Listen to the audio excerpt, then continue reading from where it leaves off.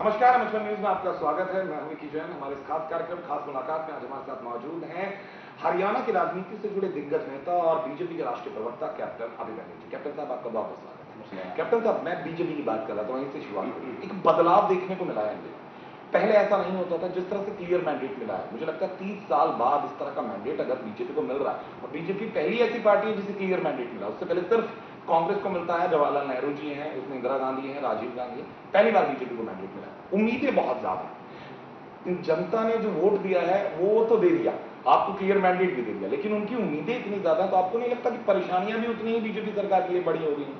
इतनी उम्मीदें हैं, पूरा करना इतना आसान नहीं होगा। देखिए, आपने ठीक कहा कि भारत की राजनीति में 2014 का लोकसभा चुनाव यह एक निर्णायक मोड़ है, एक ऐतिहासिक मोड़ है। और मैं समझता हूं कि भारत के इतिहास में 2014 का लोकसभा चुनाव का अध्याय अपने आप में एक महत्वपूर्ण अध्याय होने वाला है। पहली बार आज़ादी के बाद एक गैर कांग्रेसी सरकार और एक पार्टी की अपने दम पर बहुमत देश की जनता ने दिया है। तो एक प्रकार से कांग्रेस के युग की समाप्ति की और देश बढ़ रहा है, और भाजपा के युग के प्रारंभ की ओर देश बढ़ रहा है। और मैं ये कहूँगा कि भारतीय जनता पार्टी की जो राजनीति के मूल्य, जो मौलिक हमारे सिद्धांत हैं, हमारे विचार हैं, वह है भारत को एक महान राष्ट्र के रूप में हम देखना चाहते हैं। भारत माँ को फिर से परम वैभव की ओर प्राप्त कराना चाहते हैं। फिर से देश सोने की चिड़िया कहलाए, फिर से विश्व गुरु भारत कहलाए। तो ऐसा लगता है कि भारतीय जनता पार्टी का दौर नहीं, ये भारत का दौर विश्व में प्रारंभ हो रहा है। कैप्टन साहब, मैं पहले शुरुआत में आपको कहूं कि मुबारकबाद देना चाहता था कि आपकी पार्टी ने जीत हासिल की, पर मैंने नहीं दी। उसके पीछे एक बहुत बड़ी वजह है। जब से आप लोग सत्ता में आए हैं, ऐसा लगता है कि आप काम कर रहे हैं, जो भी कर रहे हैं उसका भी निर्णय आना बाकी है कि क्या उसका प्रतिक्रिया मिलेगी लोगों से। लेकिन शुरुआत में ही काफी दिक्कतें आ गई हैं, काफी कुछ सवाल खड़े हो गए हैं। आप ही के अपने लोग कभी राम मंदिर की बात करते हैं, कभी धारा 370 की बात करते हैं, कुछ और भी ऐसी बातें हुई हैं जिन्हें शायद अगर हम कहें वो बीजेपी के लिए खुद के लिए दिक्कतें पैदा कर रहे हैं। बीच में आरोप भी कम नहीं, चाहे वो शिक्षा को लेकर आरोप आपके मंत्री जी पे लगा, एक हरियाणा के मंत्री रामजीत जी राज्य मंत्री बनाया, उन पर भी लग गए कि खुद आप ही की पार्टी के पहले किरीट सोनाई ने उन पर आरोप लगाए थे, भले ही उन्होंने अपनी सफाई दे दी। तो आपको नहीं लगता कि आरोप पहले से लगने शुरू हो गए और अब आगे काम कैसे करेंगे? तो आप ही की पार्टी के लोग आपको काम नहीं करने देंगे। देखिए, भारतीय जनता पार्टी को एक अच्छा मैंडेट मिला है। नरेंद्र भाई मोदी जी के नेतृत्व में देश में सरकार बनी है। सरकार ने शुरुआत अच्छी की है, और लोकतंत्र है। लोकतंत्र में विपक्ष को अपनी बात कहनी चाहिए, मीडिया को भी अपनी बात रखनी चाहिए, और लोकतांत्रिक मूल्यों के लिए बहुत महत्वपूर्ण है कि हम विपक्ष के विचारों का सम्मान भी करें।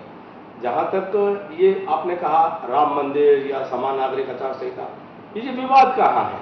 ये भारतीय जनता पार्टी की सरकार बनने पर ये हमारे मौलिक विषय रहे हैं, और ये स्वाभाविक तौर पर एक अपेक्षा समाज की, जनता की भारतीय जनता पार्टी हो सकती है, और उसको याद दिलाना जो हमारे स्वयं मैनिफेस्टो के हिस्सा भी है।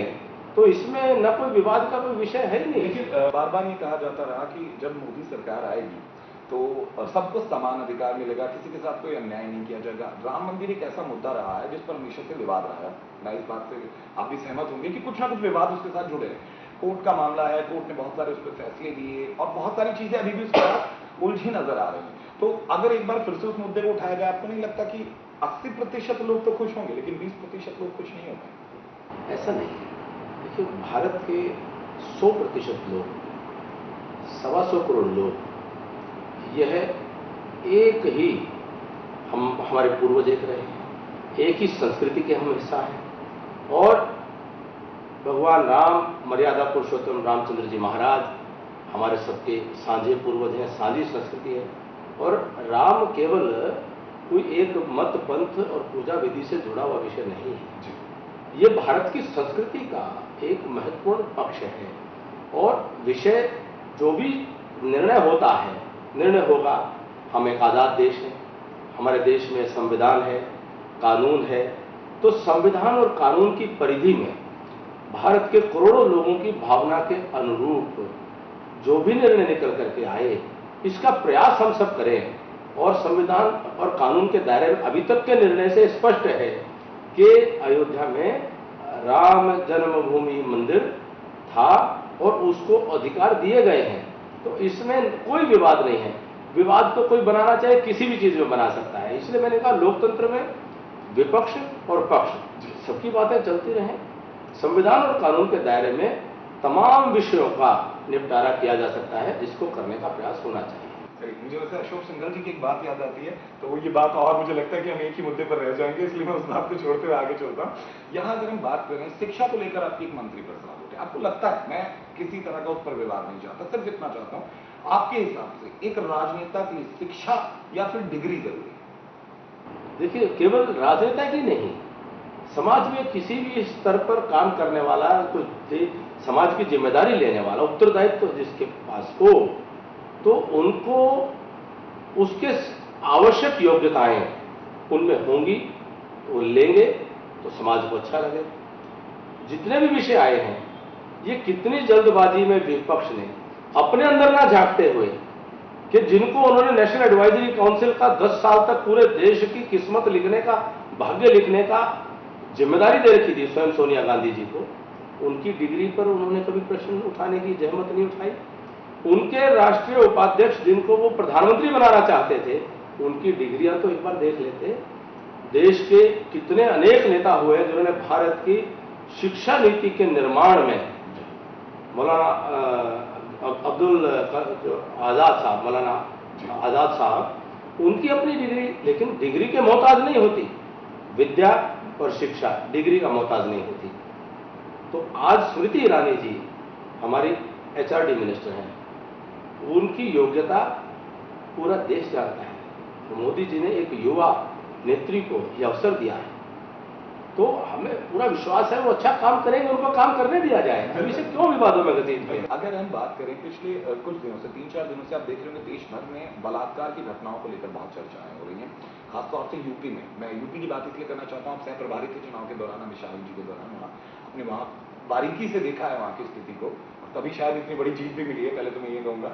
लेकिन बार बार ये कहा जा रहा है कि 10 सालों से हम चुप्पी सुनते रहे, बहुत सारे लोगों की तरफ से कहा गया, कोई आवाज नहीं आई, और ये बीजेपी भी कहती रही कि जो कांग्रेस की सरकार है वो बहुत चुप्पी साधे रही। लेकिन इतने बलात्कार के मामले आए, अब आरोप लग रहा है कि बीजेपी ने भी चुप्पी साध रही है, वो आखिर क्यों कुछ नहीं बोली? नहीं, बीजेपी इस मामले में चुप रह ही नहीं सकती है।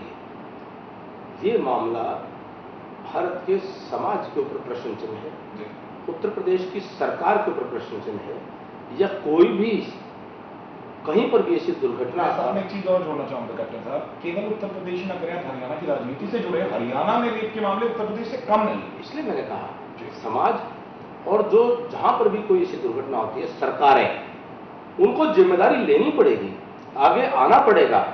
ऐसे पाप को, अपराध को तुरंत रोकने के लिए प्रभावी तौर पर समाज में ऐसे सजा देनी पड़ेगी जो मिसाल बने, और नेतृत्व को आना पड़ेगा। उत्तर प्रदेश में भारतीय जनता पार्टी के नेता इस पूरे प्रकरण में विषय को लेकर के प्रदर्शन तक कर चुके हैं, सड़क पर उतर चुके हैं, सदन में विषय उठा चुके हैं, केंद्र के मंत्री भी वहां पर जा चुके हैं।